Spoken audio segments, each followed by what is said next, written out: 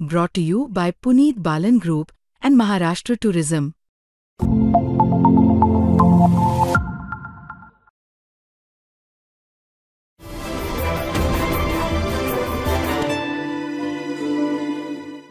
पहिलीपासनं हिंदी असावी का नसावी याच्यावरती अनेक विद्वानांनी मतं केलीत. पाचवीपासून असावी, आम्हीही तसेच शिकलो. चॅनल्स जे आहेत विविध टीव्हीवरची, मोबाईल आहे, ह्याच्यावरती सरकार बंधन घालू शकेल का? ते घातलं तर कदाचित मराठीचं संवर्धनाला सुरुवात होऊ शकते. आता अ पेक्षा ABCD लवकर पाठ होतं. त्याची साधनं इतकी आहेत इंग्रजीतली. हिंदी ही शिकावी न लागणारी भाषा आहे, आपोआप यायला लागते. पण मराठी आणि इंग्रजी शिकल्याशिवाय येत नाही अशी अवस्था आहे. हिंदी राष्ट्रभाषा प्रचार समिती नावाचं थोतांड फक्त महाराष्ट्रात चालू शकतं. या देशामध्ये दक्षिणेतल्या कुठल्याही राज्याला हिंदी ही राष्ट्रभाषा आहे असं वाटत नाही. कारण घटनेच्या 17व्या भागामध्ये कलम 343 पासून 351 मध्ये हे स्पष्टपणे म्हटलेलं आहे की हिंदी ही केंद्र सरकारच्या कामकाजाची राजभाषा आणि इंग्रजी ही सहराजभाषा आहे. भारतीय घटनेच्या चर्चेच्या 5 खंडांमध्ये मुंशी अय्यंगार फॉर्म्युलानुसार हे ठरलंय. या देशाला राष्ट्रभाषा नाही. तर उत्तर भारतातल्या गायपट्ट्यातल्या लोकांना तुम्ही पहिल्यांदा मराठी शिकवा, कारण त्यांना इथे रोजगाराला यायचंय. जर 5-6 राज्यातल्या लोकांना इथे रोजगाराला यायचंय, त्यांना मराठी शिकू द्या पुढची 10-15 वर्ष. म्हणजे मग आम्हाला इथल्या रिक्षावाल्यांशी तू मराठीत बोल म्हणून भांडावं लागणार नाही. याच्यावरच दुसरा प्रश्न तुमच्याकडेच घेऊन यायचा, कारण तुमच्याच बोलण्यातनं ते तयार झालेले आहेत. याचं कारण आहे की तुम्ही जसं म्हणताय की महाराष्ट्राचे इतरही असे अनेक पैलू आहेत की जे जपले पाहिजेत अस्मितेच्या धर्तीवर बोलायचं झालं तर. पण भाषा यासाठी महत्वाची, कारण ती जर पहिलीपासून शिकवण्यात आली तर अनेकांनी याच्यातनं भीती व्यक्त केलेली आहे. जी आता तुम्ही वारीचं उदाहरण दिलं, आपण त्यांना ज्ञानेश्वर म्हणतो, ज्ञानोबा माऊली म्हणतो, पण तेच तिकडे हिंदी आलं तर ते ज्ञानेश्वर होईल. जा असा सारखा अगदी एक अक्षरी शब्द आहे हा, पण हा आपण मराठीत जा म्हणतो, जो हिंदीमध्ये जा होतो. पोलीस, मगाशीच आपल्या एका सेशनमध्ये एकाने उदाहरण दिलेलं आहे. पोलीस हे मराठीमध्ये आपण ते पोलीस म्हणतो किंवा तो पोलीस म्हणतो, पण ते हिंदीमध्ये स्त्रीलिंग होऊन जातं त्याचं, अशा पद्धतीने. सो हे सगळे गोंधळ जे आहेत ना, हे पहिलीपासनं फार मुलांना गोंधळात पाडणारे आहेत. त्याच्यातनं त्यांच्या दोन्ही भाषा बिघडून जातील. मी स्वतः 5वीपासून हिंदी शिकलेले आहे. 5वी ते 8वी हिंदी शिकले, 8वी ते 10वी संस्कृत शिकले. आम्हालाही शाळांमध्ये या 3-3, 4-4 भाषा आलेल्या होत्या. आज त्या भाषा आम्हाला समजतायत, आम्ही बोलू शकतोय, आम्ही त्याच्यात व्यवहार करू शकतोय, आम्ही त्याच्यात संवाद करू शकतोय. अगदी आमचे संपादक ते सुद्धा अशाच पद्धतीने शिकलेले आहेत आणि ते आज हिंदी चॅनलमध्ये सुद्धा काम करतायत. मग पहिलीपासून हिंदी भाषा हवी कशाला? कारण याच्या मागे राजकारण पाहिलं जात आहे. पहिलीपासनं हिंदी असावी का नसावी याच्यावरती अनेक विद्वानांनी मतं केलीत. 5वीपासून असावी, आम्हीही तसेच शिकलो. चॅनल्स जे आहेत विविध टीव्हीवरची, मोबाईल आहे, ह्याच्यावरती सरकार बंधन घालू शकेल का? ते घातलं तर कदाचित मराठीचं संवर्धनाला सुरुवात होऊ शकते. आज आमच्या हातात, म्हणजे लोकांच्या हातात काही राहिलेलं नाहीये. जे वरनं येईल, चॅनलमधनं येईल, सगळीकडनं येईल तेच आम्ही वाचतो.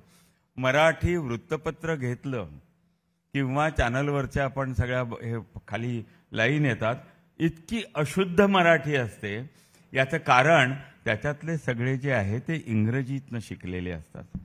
आणि त्यामुळे मराठीच्या संवर्धनासाठी मी आता असं की भाषासूत्राचा जो विषय आहे, त्रिभाषा सूत्राचा, एकूणच भारतीय भाषांच्या विकासाकरता लोकसभेने, राज्यसभेने, पंतप्रधानाने किंवा राष्ट्रपतींनी एक विशेष अधिवेशन बोलवलं पाहिजे. आणि त्याच्याकरता एक वेगळी अभ्यास कमिटी, म्हणजे पवारांचं जे म्हणणं आहे, चिन्मयीताईंचं जे म्हणणं आहे, हे म्हणणं असणारा खूप मोठा वर्ग आहे. अस्वस्थ आहे, कोंडमारा होतो मराठी वाचताना, मराठी ऐकताना. आता चित्रपटांची, नाटकांची, कादंबऱ्यांची, मराठी पुस्तकांची हेडिंग जी आहेत, नावं आहेत, ती सुद्धा इंग्रजीत नाहीत. त्यामुळे मुद्दा आहे ना, इथेच आपली मराठी जर जगत नसेल तर त्याच्यामध्ये मराठी शुद्ध स्वरूपात द्यायची असेल, शुद्ध याच्यामध्ये सुद्धा वाद आहेत. म्हणजे अहिराणी मराठी आहे, कोकणी मराठी आहे, वराडी मराठी आहे, म्हणजे विदर्भातली मराठी आहे, साताराकडची मराठी आहे, कोल्हापूर, सांगली याच्यात मधला पट्टा एक आहे तो मराठी आहे, बेळगावकडची मराठी आहे, पुणेरी मराठी आहे, पुन्हा एक काय प्रमाण भाषा आणि अन्य भाषा याच्यात मराठीत वाद आहे. खुद्द मराठीमध्ये सुद्धा आम्हाला एकवाक्यता अजून करता आलेली नाही. मला असं वाटतं की मराठी अभ्यासकाचेच त्यामुळे त्या संवर्धन, मराठीचं संवर्धन सुद्धा आता अ पेक्षा एबीसीडी लवकर पाठ होतं. त्याची साधनं इतकी आहेत इंग्रजीतली. हिंदी ही शिकावी न लागणारी भाषा आहे, आपोआप यायला लागते. पण मराठी आणि इंग्रजी शिकल्याशिवाय येत नाही अशी अवस्था आहे. त्यामुळे तज्ज्ञांनी आता हा अभ्यासक्रम जो आहे हा अधिक सोपा, अधिक सर्वांना उपयुक्त ठरेल आणि जे महाराष्ट्राला लागून जी राज्य आहेत त्यांनाही त्या सीमा भागात ही मराठी कशी शिकवली जाईल. आज शाळा नाहीत, बेळगाव वगैरे सगळ्या याच्यामध्ये मराठी शाळा बंद पडायला लागल्या. सक्ती कानडीची आहे, आपण दीपक सरांकडून समजून घेऊ, त्यांना तो मुद्दा ऍड करायचा आहे. म्हणून त्याच्यावरती काय अभ्यास झालाय आणि पुढे काय होणार पुणे आहे. सरांनी जी भूमिका मांडली आहे ना, त्यांच्या भटक्या विमुक्तांमधल्या कामाच्या बद्दल मला पूर्ण आदर आहे. पण ते जी भूमिका मांडतायत ती एवढी आदिभौतिक किंवा मेटाफिजिकल आहे किंवा थोडा सोपा शब्द वापरायचा तर सबगोलंकारी आहे की त्याच्यामुळे मूळ प्रश्नापासून आपण दूर जातोय. इंग्रजीचं आक्रमण भारतीय भाषांवर आहे की नाही, तर आहे. सांस्कृतिक जागतिकीकरण 91 सालापासून झालं का? भारतीय भाषा त्याच्या बळी पडल्या का? तर त्याला बळी पडण्यामध्ये भारतातला प्रशासकीय वर्ग, भारतातले अभिजन आणि भारतातले सर्वपक्षीय राजकारणी लोक, ज्याच्यात आत्ता ज्यांच्याकडे पाशवी बहुमत आहे ते लोक पण आले, ते सुद्धा इंग्रजीच्या वर्चस्वाला जबाबदार आहेत. असं नाही की सगळी बिलं नेहरूंवर फाडून तेच इंग्रजीच्या वर्चस्वाला जबाबदार आहेत असं म्हणून चालणार नाही.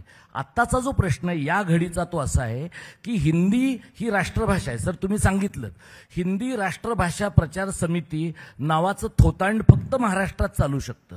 या देशामध्ये दक्षिणेतल्या कुठल्याही राज्याला हिंदी ही राष्ट्रभाषा आहे असं वाटत नाही. कारण घटनेच्या 17व्या भागामध्ये कलम 343 पासून 351 मध्ये हे स्पष्टपणे म्हटलेलं आहे की हिंदी ही केंद्र सरकारच्या कामकाजाची राजभाषा आणि इंग्रजी ही सहराजभाषा आहे. भारतीय घटनेच्या चर्चेच्या 5 खंडांमध्ये मुन्शी अय्यंगार फॉर्म्युलानुसार हे ठरलंय. या देशाला राष्ट्रभाषा नाही. हे मी तुम्हाला सांगतोय असं नाही, हे मी उल्हास पवारांना पुण्यातही सांगितलंय. तुम्ही हिंदी जरूर शिकवा लोकांना, शिकायची असेल तर, पण तो राष्ट्रभाषा नावाचा शब्द तिथला कापून टाका, कारण ही राष्ट्रभाषा नाहीये. हा पहिला मुद्दा. दुसरं असं की हिंदी शिकण्यासाठी सिनेमे आहेत, मालिका आहेत, रस्त्यावरची गोष्ट आहे. तर जेव्हा एखादं सरकार दोनदा आपल्या जनतेशी खोटं बोलतं, शब्दच्छल करतं, त्या खात्याचा मंत्री धरून आणल्यासारखा ही भाषा का सक्तीची आपण करतोय ते सांगू शकत नाही. IAS लॉबीमधले मराठी आणि बिगर मराठी लोक सक्तीने ही भाषा लादतात आणि ते म्हणतात अनौपचारिकरित्या की आमच्या सूचना 6व्या मजल्यावरून आणि रेशीमबागेतनं आलेल्या आहेत. त्यावेळेला ही सक्ती एका भाषेची सक्ती असत नाही. ही एका मातृसंस्थेच्या हिंदी, हिंदू, हिंदुस्थानच्या एक देश, एक भाषा, एक राष्ट्र, एक धर्म, एक संस्कृती या कथनाचं मॅनिफेस्टेशन आहे, प्रत्यक्षीकरण आहे. आणि त्यामुळे एका भाषेच्या सक्तीची मराठी लोकांना भीती नाहीये. मराठी लोकांना भीती हिंदी भाषेच्या निमित्ताने सुरू होणाऱ्या किंवा सुरू झालेल्या देशांतर्गत वसाहतवादाची आहे. आणि दुसरी भीती जी मराठी लोकांना आहे, आजच राज्याचे मुख्यमंत्री मुंबई शहर असं म्हणत नाहीत, MMR प्रांत असं साधारणपणे सत्तेतले सगळे लोक बोलतात. बाबासाहेब 1955 साली असं म्हणले होते, मुंबई का महाराष्ट्राची आहे? कारण मुंबईला सगळी संसाधनं महाराष्ट्र पुरवतो. मुंबईचं महाराष्ट्राशी सेंद्रिय नातं आहे. हे सेंद्रिय नातं संपवून मुंबई उपनगर, ठाणे, पालघर आणि रायगड या 5 जिल्ह्यांचा 3.5-4 कोटी लोकसंख्येचा, ज्याच्यात उत्तर भारतीयांची जास्त संख्या आहे आणि गुजर मारवाड्यांचं भांडवल आहे आणि जिथे मराठी माणूस हा परिघावर गेलेला आहे, अशा प्रकारचं नवं MMRचं राज्य तयार होऊन या राज्याचे तुकडे पडण्याची भीती या हिंदी सक्तीच्या पोटातनं आम्हाला दिसते. आणि म्हणून हा फक्त एका भाषेच्या सक्तीचा नाही, हा भाषेचा सांस्कृतिक हत्यार म्हणून वापर करण्याच्या सत्तेतल्या पाशवी बहुमतातल्या लोकांच्या भूमिकेचा भाग आहे. सरांनी जर सांगितलं की लोक पावरी, गोंडी, इतर भाषा बोलतायत, लोक बोलतायत की भाषा. जर एखादा मुलगा कोरकू बोलतो आहे तर मराठी त्याची दुसरी भाषा आहे, इंग्रजी त्याची तिसरी भाषा आहे. का त्या मुलाच्या बोकांडी तुम्ही चौथी भाषा देताय? आणि काय सांगताय सरकार, खेल खेल में हिंदी? कशासाठी त्या मुलांना खेळायचं असेल तर ती वर्गातनं बाहेर जाऊन खेळतील. तुम्ही त्यांच्या बोकांडी हिंदी मारून त्यांना कशाला खेळायला लावता? आणि जर खेलखेलमेच शिकवायचं आहे तर उत्तर भारतातल्या गायपट्ट्यातल्या लोकांना तुम्ही पहिल्यांदा मराठी शिकवा, कारण त्यांना इथे रोजगाराला यायचं आहे. जर 5-6 राज्यातल्या लोकांना इथे रोजगाराला यायचंय, त्यांना मराठी शिकू द्या पुढची 10-15 वर्ष. म्हणजे मग आम्हाला इथल्या रिक्षावाल्यांशी तू मराठीत बोल म्हणून भांडावं लागणार नाही. म्हणजे या राज्यात तुम्ही यायचं, मागास राज्यातनं प्रगत राज्यात यायचं, आणि स्थलांतरितांची भाषा स्थानिकांनी शिकायची. इथल्या गुजरात्यांनी अनेकांनी शिकली आहे, तमिळ लोकांनी शिकली आहे, 50 वर्ष इथं राहणाऱ्या मराठी हे उत्तर भारतीयांनी शिकली आहे. आता जो हा नव श्रीमंत जैन मारवाड्यांचा गट आहे, ज्यांना मराठी माणसं सोसायट्यांमध्ये राहायला नको आहेत, कारण मराठी माणसं घरात नॉनव्हेज खातात, हे लोक बाहेर नॉनव्हेज खातात. आणि उत्तर भारतीयांचा एक प्रचंड मोठा समाज आहे की ज्यांना वाटतं की इथली पॉकेट बनवू आम्ही छोटी छोटी आणि मराठी माणसांना या शहरात कोपऱ्यात ढकलून देऊ. ही सगळी गेल्या 10-20 वर्षात साचलेली भीती मराठी माणसांची बाहेर आली आहे. या भीतीचे वाहक म्हणून आम्ही सेना मनसेकडे पाहत नाही. आमची भीती त्यांच्या पलीकडची आहे. ते जर त्यांना जमलं तर ते आमचे वाहक होतील, त्यांना नाही जमलं तर प्रवाह फेकून देईल त्यांना. पण मराठी माणूस त्याचा महाराष्ट्र धर्म टिकून मराठीकरण पुढे नेईलच. आणि त्या एका मोठ्या लढाईतलं हिंदीच्या बेमुरवतपणे केलेल्या सक्तीला दिलेलं कडक उत्तर हे मराठी समाजाचं बऱ्याच काळाने आलेलं स्वाभिमानाचं उत्तर आहे.